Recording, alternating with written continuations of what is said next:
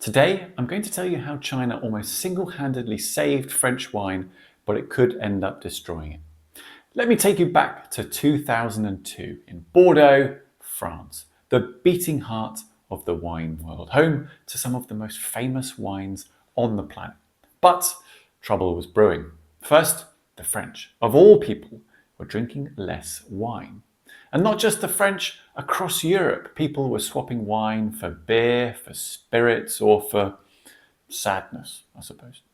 Secondly, fashion had changed. Wine drinkers were turning to the New World, to New Zealand Sauvignon Blanc, to Malbec from Argentina, and exports of French wine were falling. Bordeaux desperately needed a lifeline. Meanwhile, in China, wine was on the up. A growing middle class were discovering wine for the first time, and they quite liked it. But there was more to it than that. A few years earlier, the Chinese Premier Li Peng had surprised the National People's Congress by toasting the audience with a glass of red wine. And in doing so, he cemented wine's position as the currency of political power. Imported fine wine started appearing at official banquets. It became the gift of choice of businessmen and party leaders. And in short, wine became the ultimate status symbol in 21st century China. Demand for wine, and red wine in particular, skyrocketed. And get this, the amount of wine consumed in China would increase fivefold over the next 10 years. And Bordeaux, as the most prestigious and famous wine region of all, was in prime position to reap the benefits. And reap the benefits it did.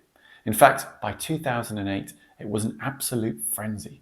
In that year, Hong Kong abolished all taxes on wine imports. And while the rest of the world struggled through recession, China's unstoppable growth propelled demand to new heights. Bordeaux literally couldn't make enough of the stuff. 2009 and 2010 would go on to be two of the best vintages in recent memory as well, and prices for the finest wines went higher than a Chinese weather balloon. But they didn't stop at buying the wine, they bought the vineyards too. Over the next few years, more than 150 chateaux would be sold to Chinese owners. Jack Ma of Alibaba fame was one of those, so too Jiao Wei, perhaps the most famous actress in China at the time. We'll come back to those two later on. Bordeaux was buzzing, but even at this stage, there were a few signs of tension, both in France and in China. In France, a culture clash was developing. Some of the new vineyard owners took exception to their French workers' insistence on a leisurely 35-hour week. And the Chinese wine buyers were frustrated too.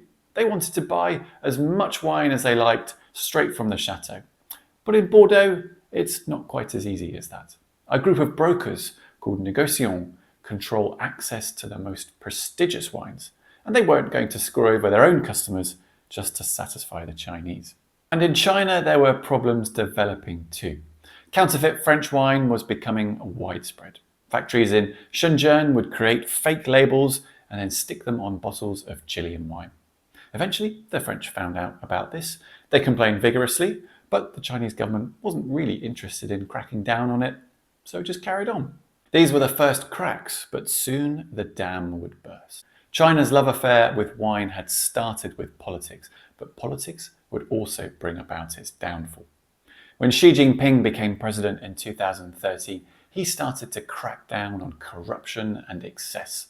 Out went the lavish dinners, the extravagant gifts, and especially the luxury imported goods, like Bordeaux wine. Suddenly, wine was no longer the status symbol that it used to be.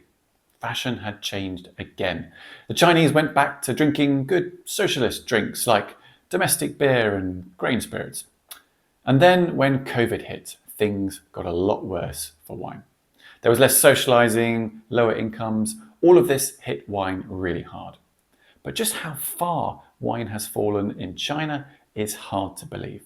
By 2022, the average Chinese person consumed only 1/3 the amount of wine that they did 10 years earlier, even though they were still consuming about the same amount of alcohol. Back in Bordeaux, things were also falling apart there.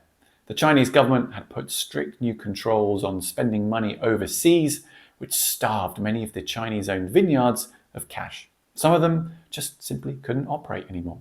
Grapes rotted on overgrown vines. Even Jack Ma and Zhao Wei, the biggest Chinese celebrity owners, the poster children for commercial relations between France and China, they fell out of favor with the CCP, who didn't want any single company or celebrity to become bigger or more influential than the state. Unfortunately, this story is not yet over. In the last few weeks, there have been reports that China is threatening to impose severe tariffs on EU wines following a series of diplomatic disputes. Make no mistake, this would really hurt.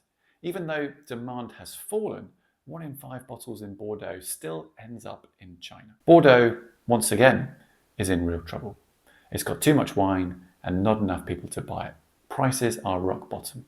The French government is even paying for many growers to rip up their vines and plant olives or almonds instead. And look, this is not all because of China, and it's not just Bordeaux that's struggling. In this series of videos, I'll be exploring why the world of wine is in such trouble and how it might get through it. So make sure you follow or subscribe to hear more.